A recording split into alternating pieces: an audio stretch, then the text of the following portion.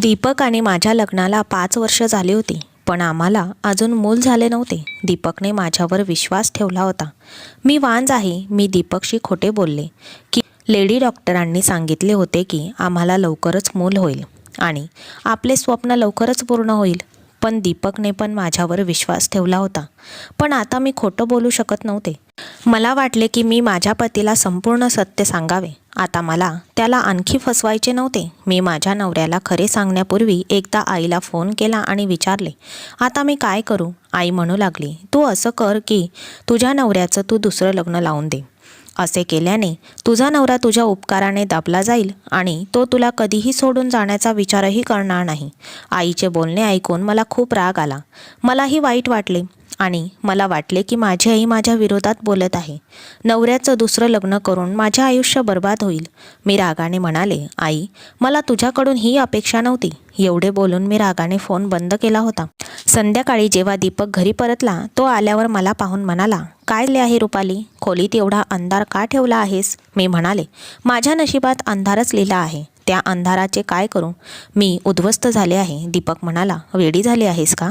तू असे का बोलत आहेस? मी तुझा नवरा आहे. मी तुझ्या जवळ आहे.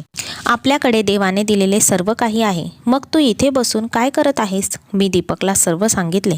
दीपक, मी वांज आहे आणि मी कधीही आई होऊ शकत नाही. आज मी डॉक्टरांकडे तपासणीसाठी गेले होते.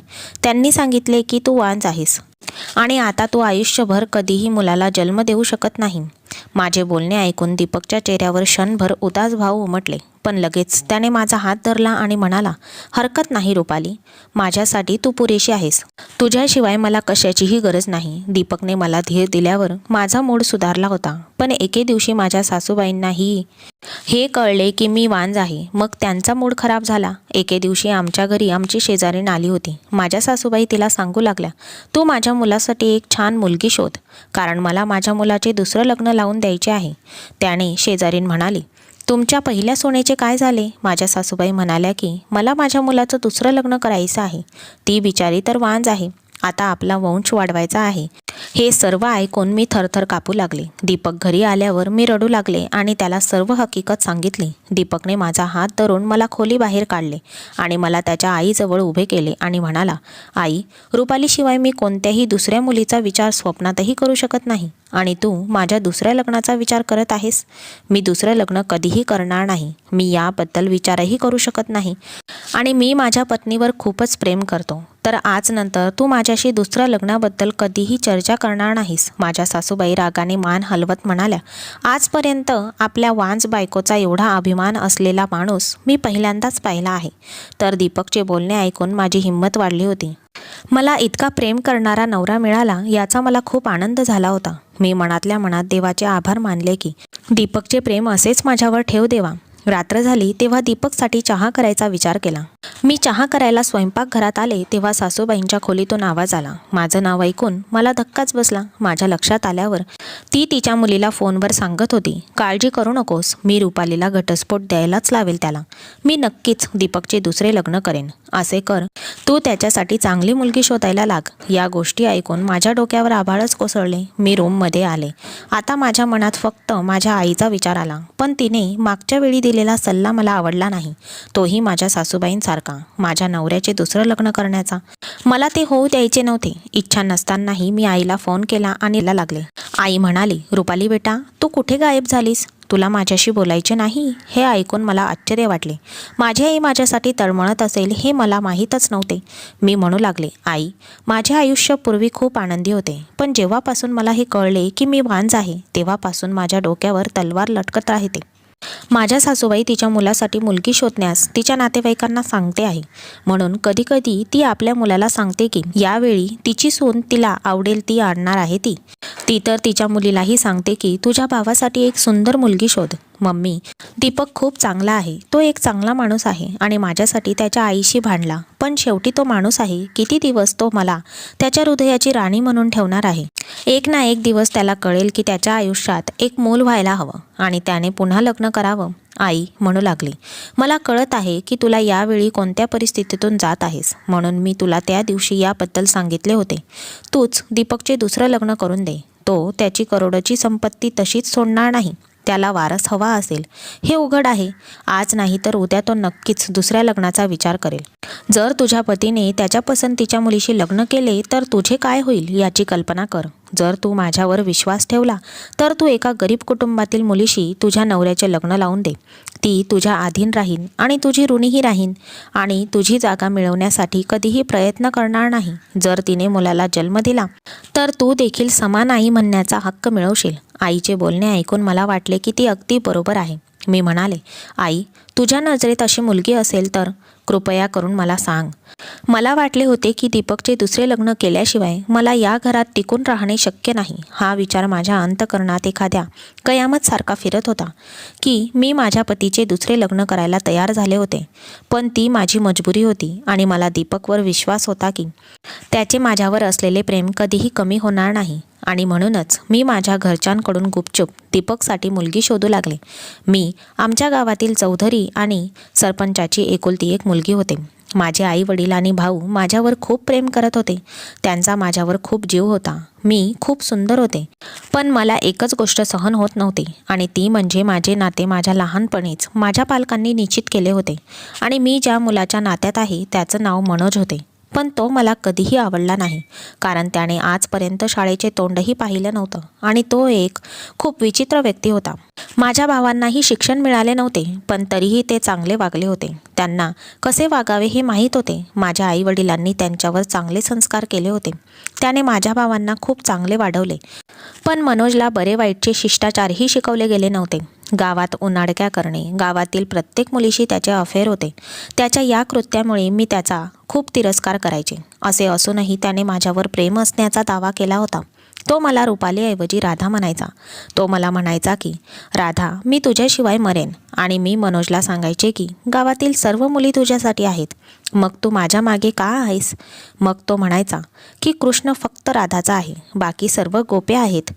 एकदा मनोज माझ्यासाठी गावाच्या जत्रेत गेला होता. मनोजने माझ्यासाठी काचेच्या बांगड्या आणल्या होत्या. मनोजच्या या लोभस कृत्याने मला राग यायचा. मनोजने आणलेल्या बांगड्या मी पायाखालून फोडल्या होत्या.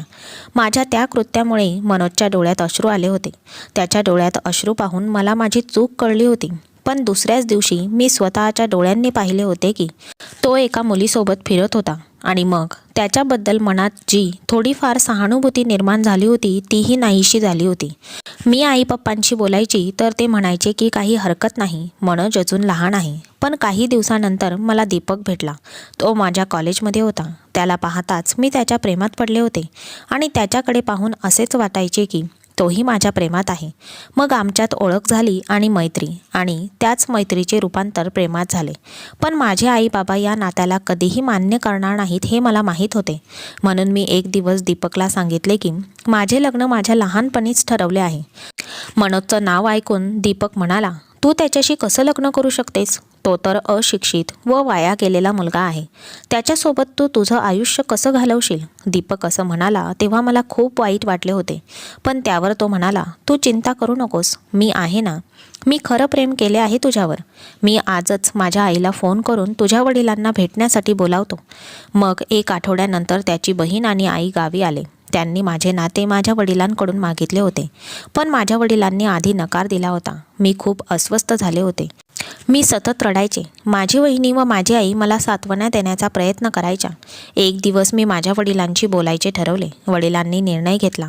बाबांनी माझ्या डोक्यावर हात ठेवला आणि म्हणाले, बेटा, मी मनोजच्या आईला शब्द दिला आहे आणि आता ती या जगात नाही. मनोजच्या दिवंगत आईला दिलेले वचन मी असे मोडू शकत नाही. पप्पांचे बोलणे ऐकून मला खूप वाईट वाटले. माझ्या डोळ्यात अश्रू आले. पप्पा म्हणू लागले, ठीक आहे, मी तुला अशा अवस्थेत नाही पाहू शकत. मी तुझे लग्न मनोजशी लावून दिले तरी तू त्याच्यासोबत सुखी राहू शकत नाहीस. तर मग तुझं त्याच्याशी लग्न करून काय उपयोग? घाबरू नको पोरी, तुझं लग्न त्याच मुलासोबत होईल ज्याच्याशी तू प्रेम करतेस. आणि त्याच दिवशी माझ्या पप्पांनी दीपक आणि त्याच्या आईची माफी मागितली आणि मग काही दिवसांनी आमचे धूमधडाक्यात लग्न पार पडले. पण माझ्या सासूबाई जुन्या विचारांच्या होत्या. माझ्या वडिलांनी त्यांचा अपमान केला होता असे त्यांचे म्हणणे होते आणि म्हणूनच त्यांनी मला सून म्हणून स्वीकारले नाही. त्यांनी माझ्यात आणि दीपकमध्ये तेढ निर्माण करण्याचा सर्वतोपरी प्रयत्न केला. पण दीपक चांगला नवरा म्हणून सिद्ध झाला होता. त्याने आयुष्याच्या प्रत्येक वळणावर माझा आदर केला. माझे वडील आणि भाऊंनी माझ्या माझ्या प्रेमाचा आदर केला आणि माझे लग्न अशा प्रेमळ मुलाशी लावून दिले जो माझ्यावर खूप प्रेम करत होता. अन्यथा माझे जीवन नरक झाले असते. पण माझ्या आयुष्यातील दुःख पाहायचे माझे बाकी होते, कारण की मी एक वांज आहे आणि मुलाला जन्म देऊ शकत नाही. माझ्या नवऱ्याचे दुसरं लग्न करायला मी तयार झाले, तेही माझ्या सासूच्या हट्टामुळे. मला माझं आयुष्य असं उद्ध्वस्त होऊ द्यायचं नव्हतं. काही पैशांच्या बदल्यात मी वस्तीतील एका महिलेला गुपचूप माझ्याकडे सामील करून घेतले होते. मी तिला सांगितले होते की तिने माझ्याकडे एका असहाय्य गरीब मुलीचे नाते आणावे आणि हे कोणालाही कळू नये. त्या महिलेने मला बोलावले होते. त्यांच्या घरी अगदी गुपचूप गेले होते मी. तिने माझ्यासमोर एका मुलीचा फोटो ठेवला. तिचे सौंदर्य पाहून मी थक्क झाले, जणू काही ती चंद्राचा तुकडा आहे. त्यानंतर ती महिला म्हणाली, ही मुलगी अनाथ आहे आणि तिच्या मामांकडे राहते. तिच्या मावशीची इच्छा आहे की तिचे लवकरात लवकर लग्न व्हावे, कारण तिची मामी तिला खूप त्रास देते.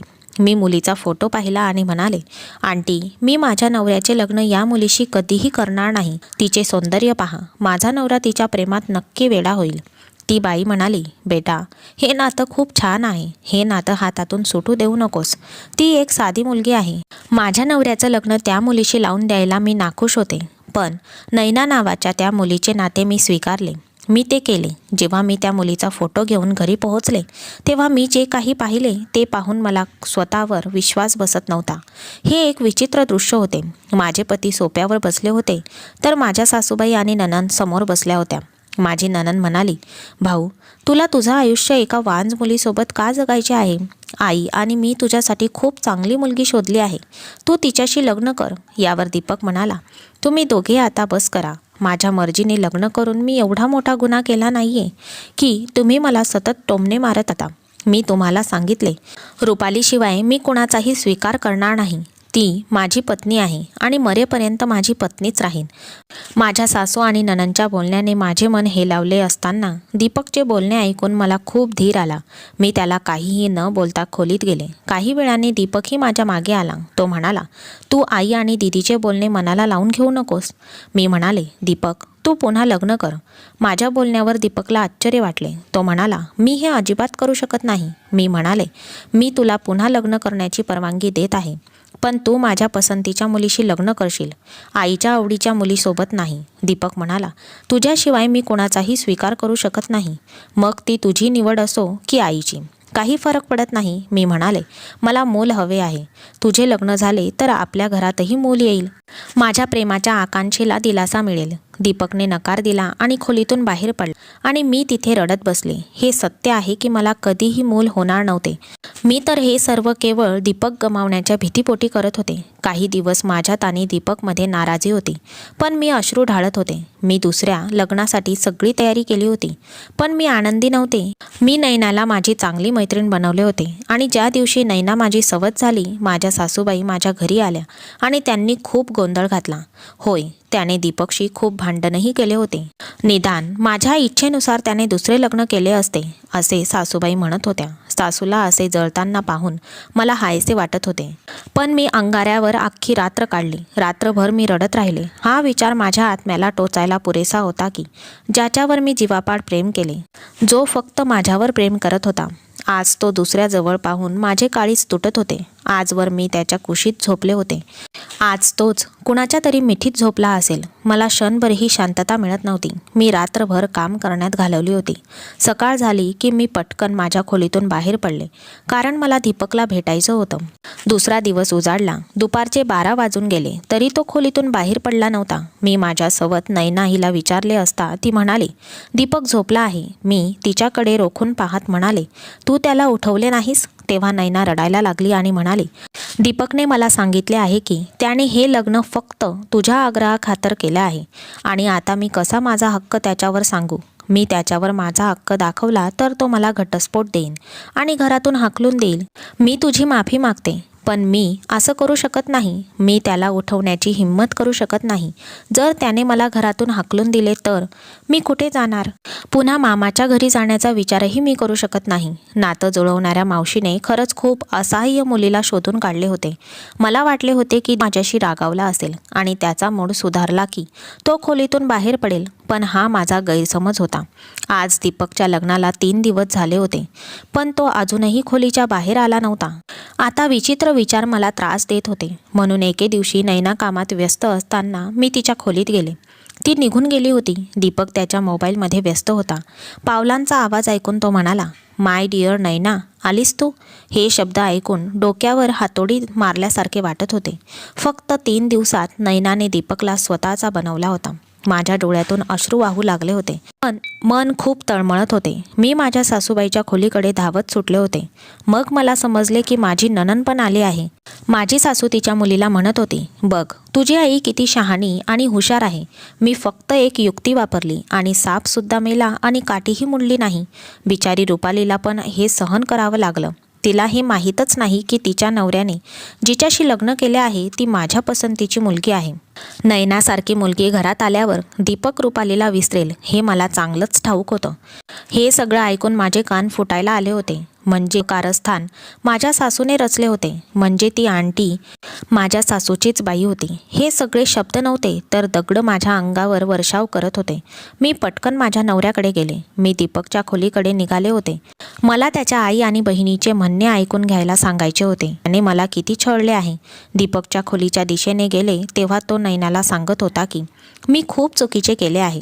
भावनेच्या भरात प्रेमापुढे हरून मी रुपालीशी लग्न केले. काय मिळाले मला? तिने मला बाबा होण्याचे सुखही दिले नाही. मान्य आहे की मी खूप प्रेम केले तिच्यावर, पण मला आता माझी चूक मान्य आहे आणि आता माझे फक्त आणि फक्त तुझ्यावर प्रेम आहे आणि कायम राहील. माझं लग्न तर रुपालीच्या आई वडील व भावांच्या मर्जीने झाले आहे. पण तरीही तिच्या भावांनी मला लग्नाआधीच सांगितले होते की जर तू आमच्या बहिणीची काळजी घेतली नाहीस तर तुझे परिणाम वाईट होतील. मला माहीत आहे ते लोक किती धोकादायक आहेत. म्हणूनच मी रुपालीला सोडण्याचा विचारही कधी केला नव्हता. आता आईने मला सांगितले की माझ्या आईने वस्तीतील एका महिलेसह माझ्या पत्नीला वेडं बनवले आणि तिच्याच हातून माझे लग्न तुझ्याशी लावून दिले. आता मला काही एक भीती नाही, कारण तिने स्वतःच्या हाताने माझे दुसरं लग्न लावून दिले आहे. आणि माझ्या प्रिय नैना, तू देखील माझे लक्ष वेधून घेतले आहेस. तू आता माझे संपूर्ण आयुष्य आहेस. तू माझ्यासोबत राहा. हे मी काय ऐकत होते? हा तोच दीपक होता ज्यामुळे मी माझ्या बाबा आणि भावांच्या विरोधात जाऊन त्याच्याशी लग्न करायला तयार होते. मी शांतपणे दीपकच्या खोलीत गेले. मला समोर पाहून तो आश्चर्यचकित झाला. मला त्याचं गुपित इतक्या लवकर कळेल याची बहुधा त्याला अपेक्षा नव्हती. मी त्याला म्हणाले, "दीपक, तुम्ही मला एकदा सांगितले असते, मी स्वतः तुमच्या आयुष्यातून बाजूला झाले असते. तुम्ही सर्वांनी मिळून मला वेडं बनवलं आहे." असे बोलून मी त्यांच्या खोलीतून बाहेर पडले. मी त्याच्या खोलीतून बाहेर आले तेव्हा तो माझ्या मागे मागे खोलीच्या बाहेर आला. माझ्या खोलीला ठोठावत राहिला, पण मी माझ्या खोलीचा दरवाजा उघडला नाही. मग त्या रात्री मी दीपकचे घर आणि त्याच्या आयुष्यातून कायमचे बाहेर पडले होते. मी आता एका अनाथ आश्रमात राहत होते. पण मी माझ्या आईला माझ्या परिस्थितीबद्दल सांगितले नसेल तरी तिला माझी हाक गेली होती बहुधा. म्हणून ती मला आश्रमात भेटायला आली आणि मग तिच्यासोबत घरी घेऊन आली. मी नाही म्हटले तरी आईने काही माझे ऐकले नाही. एक दिवस मी रडत बसले होते. माझ्या नशिबाने दुःखी होते तेव्हा पोस्टमन माझ्याकडे आला आणि त्याच्या हातात एक लिफाफा होता. तो मला दिला. तो म्हणाला, "मॅडम, हा लिफाफा एका माणसाने तुमच्यासाठी दिला आहे."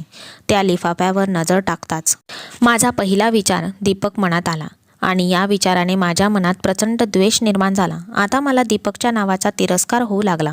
मला स्वतःवर हसू यायचे की मी कधी दीपकवर एवढे प्रेम केले होते. त्याने आणि त्याच्या आईने माझ्याशी जे केले त्यानंतर मी दीपककडून काही अपेक्षा ठेवणंच बेकार होतं. काहीतरी विचार करून मी तो लिफाफा त्या पोस्टमनकडून घेतला आणि आत खोलीमध्ये बसून मी तो लिफाफा उघडला. तेव्हा मी माझा निश्वास सोडला, कारण त्यात मनोजने एकदा दिलेल्या त्याच रंगीबेरंगी काचेच्या बांगड्या होत्या. बांगड्या पाहताच मनोजचा चेहरा माझ्या डोळ्यासमोर आला. मनोजने मला या बांगड्या पाठवल्या आहेत हे माझ्या मनात उमटले होते. मी ताबडतोब दरवाजाकडे पळत गेले आणि पोस्टमनला विचारले, "तुला या बांगड्या कोणी दिल्या?" तर त्याने सांगितले, "ज्याने या बांगड्या दिल्या होत्या तो बराच वेळ झाला निघून गेला आहे." त्याचवेळी तो माणूस म्हणाला होता की रुपाली मॅडमने या बांगड्या फोडल्या तर या काचेच्या बांगड्यांचे तुकडे घेऊन ये म्हणून, आणि मला दे. या तुटलेल्या काचेच्या बांगड्यांचे तुकडे म्हणजे माझ्या आयुष्याची संपत्ती आहे. माझ्या डोळ्यातून अश्रू वाहत होते. लोफर आणि बेफिकर मनोजचा चेहरा माझ्या डोळ्यासमोर तरळू लागला. मनोजला अजून माझी आठवण आली का? मनोज आता माझ्यावर प्रेम करतो का? पण माझा आता कोणावरही विश्वास बसत नव्हता. हातात काचेच्या बांगड्या घेऊन मी परत रूममध्ये आले आणि दुसऱ्या दिवशी माझी आई माझ्या रूममध्ये मला भेटायला आली तेव्हा मी मनोजबद्दल विचारले आणि मनोजबद्दलचे बोलणे ऐकून माझे मन दुःखी झाले होते. माझ्या आईने मला एक गोष्ट सांगितली की त्या दिवशी मनोज खूप रडला होता. त्याच्या किंचाळण्याने संपूर्ण गाव आपले हृदय धरून राहिले होते. तो फक्त ओरडत होता आणि राधाला राधा म्हणत होता. मला आठवले की मनोज मला फक्त राधा म्हणायचा. आईने सांगितले की तू गेल्यानंतर पूर्णपणे बदललेला आहे. वडिलांची सगळी जमीन विकून गावात शाळा काढली. त्याला असं सतत वाटत असतं की तो अशिक्षित होता म्हणून तू त्याला सोडून गेलीस. शाळेत शिक्षक नेमून त्याने गावातील मुलांना मोफत शिकवायला सुरुवात केली आहे. त्यासोबतच त्याने शहरात स्वतःचा व्यवसायही सुरू केला जो हळूहळू प्रगती करत गेला. आणि आता देवाच्या कृपेने मनोजला पैशांची काहीही कमतरता नाही. पण त्याच्याकडे जेवढा पैसा आहे तेवढा तो गरिबांना दान करतो. तो म्हणतो की माझ्याकडे राधा नसताना एवढे पैसे ठेवून मी काय करणार. तो ना हलतो ना बोलतो. तो फक्त राधा राधा म्हणत बसतो. मनोजला भेटण्यासाठी माझे मन का तळमळत होते तेच कळत नव्हते. मी आईला म्हणाले, आई, मला मनोजला एकदा भेटायचे आहे. माझे बोलणे ऐकून आईचे डोळे चमकले आणि म्हणाली, रुपाली, तुझी इच्छा असेल तर तू भेटू शकतेस. मनोजबरोबर तू तुझं नवीन आयुष्य सुरू करू शकतेस. तो अजूनही तुझी वाट पाहत आहे. पण आता मी मनोजसोबत कुठे आहे. मी एक वंध्यत्वाची स्त्री आणि विवाहित स्त्री होते. पण मला एकदा मनोजला भेटून त्याची माफी मागायची होती की मी त्याचे प्रेम ओळखू शकले नाही आणि दीपकला हिरा समजून मी दगडाने माझे डोके फोडले होते. मी आईसोबत मनोजच्या घरी पोहोचले होते. त्यावेळी मनोज घरी नव्हता. नोकराने मला बाहेरच्या हॉलमध्ये बसवले आणि आई आणि मी बसून खूप वेळ झाला होता. पण मनोज अजून आला नव्हता. मग मी नोकराला विचारले आणि मनोजच्या खोलीत गेले. रूम स्वच्छ आणि नीटनेटके होते. कुठूनही ती मनोजची खोली दिसत नव्हती. असे वाटत होते की ती एका सुशिक्षित माणसाची खोली आहे. आणि मग अचानक माझी नजर अशा गोष्टीवर पडली की मला स्वतःला विश्वास बसत नव्हता. माझ्या समोरच्या भिंतीवर त्याच तुटलेल्या काचेच्या बांगड्यांचे तुकडे काचेच्या चौकटीत राधा लिहून ठेवलेल्या होत्या. म्हणजे त्या क्षणापासून मनोजने माझ्यावर खूप प्रेम केलं आणि मी त्याचं प्रेम ओळखू शकले नाही. जेव्हा मनोजने मला पहिल्यांदा बांगड्या भेट दिल्या होत्या मी त्यांना पायाने चिरडून तोडल्या होत्या. मनोज त्या बांगड्यांचे तुकडे सुरक्षित ठेवले होते आणि आजपर्यंत त्यांना सुरक्षित ठेवत होता. माझ्या डोळ्यातून फक्त अश्रू वाहत होते. मला कळण्याच्या आधीच मनोज माझ्या मागे येऊन उभा राहिला होता आणि त्याने मला राधा हाक मारताच मी अचानक मागे वळले. मी त्याला पूर्णपणे ओळखू शकत नव्हते. मनोजसारखा तो बेफिकर लोफर कुठेतरी हरवला होता. माझ्यासमोर एक वेगळाच गृहस्थ उभा होता ज्याला मी म्हणाले त्याला जमले नाही की तो अशिक्षित होता. मी रडत रडत मनोजला अचानक मिठी मारली आणि सगळ्या मर्यादा मोड्या होत्या. मी विसरून गेले होते की माझे लग्न झाले आहे आणि माझ्या मनोजशी काहीही संबंध नाही. मनोज खूप घाबरला होता. तो तसाच उभा होता आणि मी मनोजच्या छातीजवळ होते. माझ्या तोंडून एकच शब्द बाहेर पडला होता, मनोज, मला माफ कर. मी तुझे मन दुखावले आहे म्हणूनच देवाने मला इतकी मोठी शिक्षा दिली आहे. मनोज खूप दिवसांनी माझ्या डोक्यावर हात ठेवला आणि म्हणाला, राधा, मी तुला कधीही दोष दिला नाही. तुझ्या अपेक्षेप्रमाणे मी जगलो नाही ही माझी चूक होती. माझे अश्रू पुसताना मी मनोजच्या छातीपासून अलगद वेगळे झाले. काही वेळाने मनोज म्हणाला, राधा, तुझ्यासाठी माझ्या हृदयाचे दरवाजे अजूनही उघडे आहेत. हो, तुझ्याशिवाय माझ्या हृदयात दुसरी मुलगी नाही. तुला हवे असेल तर तू डोकावून पाहू शकतेस. क्षणभर मनोजच्या चेहऱ्यावर तीच खंत उमटली होती जी 6 वर्षापूर्वी मनोजच्या निश्चिंत चेहऱ्यावर असायची. मी रडता रडता म्हणाले, मनोज, आता मी तुझ्या प्रेमाला पात्र नाही. मी दीपकने सोडून दिलेली पत्नी आणि एक वांझ स्त्री आहे. त्यावर मनोज म्हणाला होता, ती राधा, तू माझ्यासाठी तीच राधा आहेस, 6 वर्षापूर्वीची, जिच्यावर मी मनापासून प्रेम केले होते आणि आजही मी तुझ्यावर तितकेच प्रेम करतो. तू विवाहित आणि वांझ आहेस याची मला पर्वा नाही. पण मी इतकी स्वार्थी नाही की पोट भरण्यासाठी मनोजचे जीवन प्रकाशाने भरलेले असताना ते मी माझ्यामुळे अंधाराने भरून टाकेन. आणि दीपकने दिलेली जखम अजूनही ताजी होती. मला कळत होते की माझे मन आता कोणत्याही माणसावर विश्वास ठेवायला तयार नव्हते. माणूस हा माणूस असतो. उद्या तुझ्याही बाबतीत असे होणार नाही हे कशावरून? तुलाही मुलांची इच्छा होऊ लागली आणि तूही माझ्यासोबत तसेच केले तर? त्याने माझ्यासोबत नजर चोरली. मी रडत रडत बाहेर पळत आईचा हात धरून घरी परतले. माझी अवस्था पाहून माझ्या वडिलांनी आणि भावांनी मला माफ केले. दुसऱ्या दिवशी पुन्हा मनोज माझ्याकडे आला. तो उदास शब्दांनी म्हणाला, राधा, मला माहीत नव्हते की माझे प्रेम इतके पोकळ आहे की देवाने मला दुसरी संधी दिली आणि तरीही तू माझे प्रेम नाकारतेस. जर तू माझे प्रेम स्वीकारले नाहीस तर मी तुझ्या आयुष्यातून कायमचा निघून जाईल. तुझ्याकडे परत कधीच येणार नाही. तुझ्यासाठी मी या काचेच्या बांगड्या आणल्या आहेच. जर तू माझ्या प्रेमाचा स्वीकार केलास तर त्या घाल आणि बाहेर ये, नाहीतर त्या फोडून फेकून दे, असं म्हणत मनोजने काचेच्या बांगड्या माझ्या बेडवर ठेवल्या आणि निघून गेला. मी कितीतरी वेळ त्यांच्याकडे पाहत राहिले. मी काचेच्या बांगड्या बघत होते. देवाने मला दुसरी संधी दिली होती, खरे प्रेम शोधण्याची संधी, आणि आता मला ती संधी सोडायची नव्हती. मी त्या काचेच्या बांगड्या उचलल्या आणि हातात घातल्या आणि बाहेर हॉलमध्ये आले. मनोज माझ्या आईशी बोलण्यात मग्न होता. मला बाहेर येताना पाहून त्याने माझ्याकडे पाहिले, पण मी माझे हात माझ्या पाठीमागे ठेवले होते. मला येताना पाहून मनोजच्या चेहऱ्यावरचा रंग बदलला होता. तो विचार करत होता की मी त्या बांगड्या तोडून त्याचे तुकडे करून त्याला द्यायला आले आहे. मी त्याच्यासमोर येऊन हात पुढे केल्यावर त्याने आनंदाने उडी घेतली. त्याने आईचा विचार न करता माझ्या हाताचे चुंबन घेतले. आईने मला तिच्या उपस्थितीची जाणीव करून दिली होती, म्हणून त्याने पटकन माझा हात सोडला आणि मी हसत लाजत होते. मी हॉलमधून पळूनच माझ्या खोलीत गेले होते. मी हो म्हणताच लग्नाची तयारी सुरू झाली होती. दुसरीकडे दीपकपासून घटस्फोट घेण्यासाठी माझ्या भावांनी आणि वडिलांनी कोर्टात अर्ज केला होता. आठवड्याभरातच माझा आणि दीपकचा घटस्फोट होणार होता आणि मनोजशी माझे लग्न झाले.